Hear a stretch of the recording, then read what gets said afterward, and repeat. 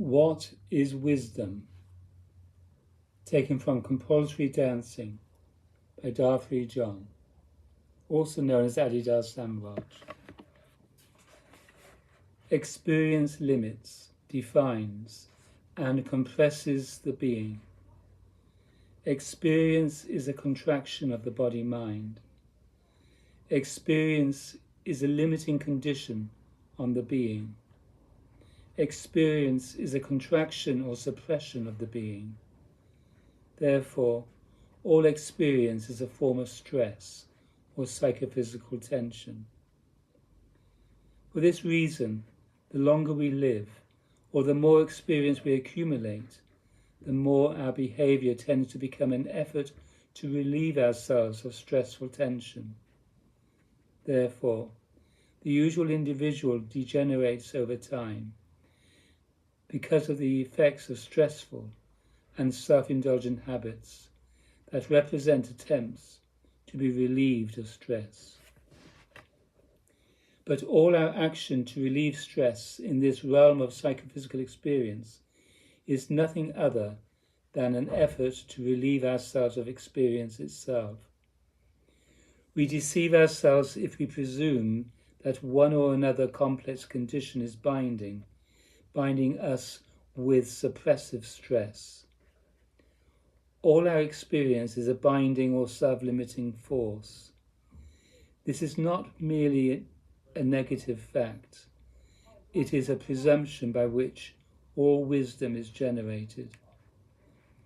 If we presume that particular experiences are the basic cause of stress, then our lives will become bound either to the suffering of those experiences or else to patterns of effort that are themselves stressful and degenerative, but that seek release or escape from the conditions or experiences that we originally presumed to be the causes of our suffering. In either case, the body-mind is corrupted by the confrontation with stressful experiences. Therefore, we must understand experience itself, or else we will never be truly free. And if we observe and understand experience, we see that stress, tension, the sense of suppression, or a limiting compressive force on the being is always an essential component of every moment of psychophysical experience. There is no experience that can be attained that is inherently free of the limiting conditional force that we identify as painful stress. We may pursue and attain an experience that temporarily distracts us from some present condition of painful stress, but in another moment, the very experience that was first felt as relief becomes a limitation. So what wisdom shines in this understanding? Simply this: the confrontation with experience is inherently binding, self-limiting, or stress-inducing, and this indicates that the process wherein we realize freedom is not in the realm or pursuit of experience itself, but in the dimension of the transcendence of experience. True wisdom implies a self-transcending participation in the conditions of experience. The native motive of self-transcendence is the law revealed to us by experience itself. Experience and knowledge are not the basic purpose of existence.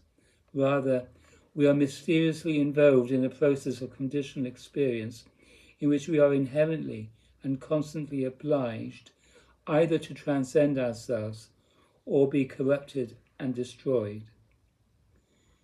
Those who have not established themselves in the wisdom or true intelligence of the being are obliged to suffer their lifetime of experience, bound to the conditional self-limits of their circumstance, and otherwise striving for release through desperate programs of degenerative self-indulgence and all the fitful politics whereby human beings seek to dominate and perfect their circumstances in the realm of nature.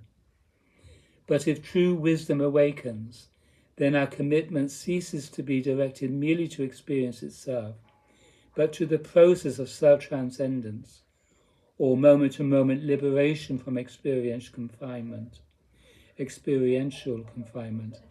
in the midst of the arising play of conditional experience.